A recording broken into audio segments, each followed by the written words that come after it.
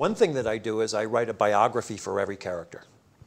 And it may be 5 pages, it may be a half a page, whatever. But if you've got a line in the picture, and occasionally if you don't have a line in the picture, you get a biography of this character that tries to tell you a few of the things that you can't figure out from the script that's going to help the actor.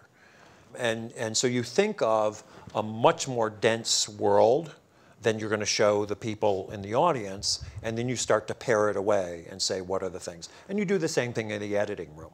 You know, maybe you've got a minute-and-a-half scene, and you realize, you know, we could come in 6 lines later.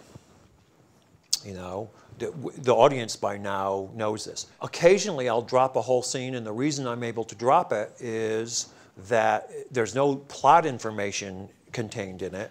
And what I realize is this was to explain something about this character, and my actor embodied that, inhabited that character so well in the first third of a movie, I don't need to explain that anymore. You know, it's kind of like if you hire Clint Eastwood to play something, he's done 40 years of work for you. You know, and if you're going to have him play something that nobody will believe him as at, you're going to have to do 40 minutes of work to get them to say, oh, this is the accountant Clint Eastwood, who is, you know, that nice movie, The Unforgiven, that he made. You know, the whole, you know, probably first 100 minutes of the movie is saying, oh, this guy can't even sit on his horse. He shoots at things. He misses them by a mile. But what you also know is when they start to kick him around, the whole audience says, oh, don't kick that guy around. That's Clint Eastwood. You know, don't you know? And the movie would not have worked with somebody else in it.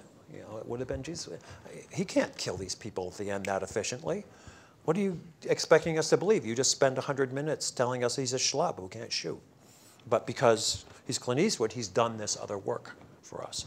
So, and sometimes an actor will do that work without a line, and you don't need it. So a lot of it is to have that very, very dense, complex world, and then say, where can I pare something away? In the writing, in the directing, in the performances when you edit them. But to have it there so that, you know, I always say to my actors, you know, you've got 3 scenes in the whole movie, but if we followed you with a character, I want to feel like the audience would say, oh, I want to know what that guy's doing next.